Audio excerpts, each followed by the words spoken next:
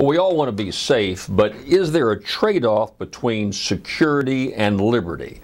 That's the question that an awful lot of thinkers throughout this country are weighing as Congress, in whatever wisdom it has, renewed this Patriot Act. I think it's an unpatriotic act. I believe it's unconstitutional. I think that there are provisions in this Patriot Act that violate a number of premises that we find in the Bill of Rights, and I think it was highly irresponsible for Congress to reinstitute the Patriot Act.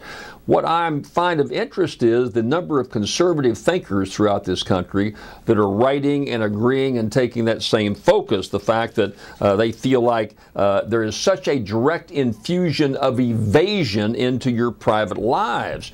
You know, I'm not crazy about some of the things the federal government does, but as long as there's checks and balances there, as long as before they wiretap or break into your home, do any number of invasive things, seize all your email, there has to be some check and balance. That's a federal judge that has to look it over and say, okay, we think that's justified.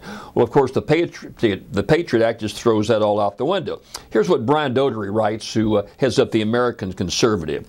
Thanks to the massive security apparatus erected after 9/11, the government now wiretaps telephone calls without warrants, creates profiles of citizens, even if they're not suspected of specific crimes, and seizes information without any judicial oversight.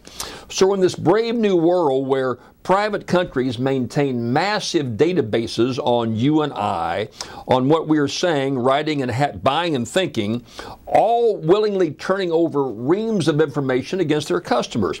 Here's a terrible example. Sprint Nextel on 8 million different occasions turned information over to federal authorities, to the FBI, without telling the person they sent them over, without any judicial order to do so. Look, I'm thankful for AT&T. Let me give them a plug. I use AT&T. They said, no way, we're not giving you a darn thing without a specific judicial order. There should be some basic protections in how we live, protections for how we operate.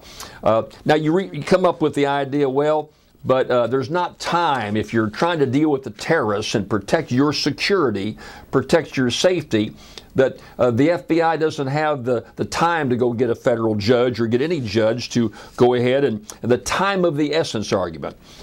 You might look on my website and look at the film I put up there by Judge Joseph Napolitano, former judge. He's a Fox News commentator, again, a very conservative commentator who says that the Patriot Act is unconstitutional, outrageous.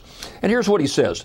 I once issued a search warrant in my gym shorts from my living room at 3 a.m., and I know a former FISA court judge who did the same from his cell phone while riding a motorcycle. So a simple phone call, clearing it with the judge, gives some semblance of checks and balance that I think makes good common sense. I hope that there's some revision of this. A big disappointment is the Tea Party members.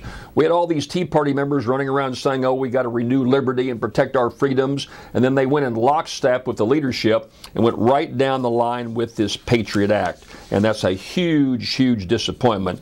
I expected a lot more out of Tea Parties that vindicated this whole bad piece of legislation. You know, Herbert Hoover's winning campaign back in 1928, his slogan was a chicken in every pot and a car in every garage.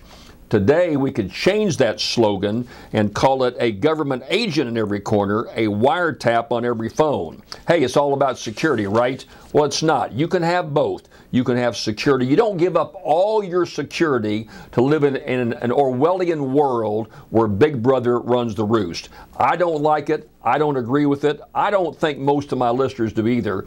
And I hope the Patriot Act will be revisited. It is a blight on this country. It was a huge mistake to pass it. And it is a real outrage that we have to live under such constraints in America today. I'll be right back after this message.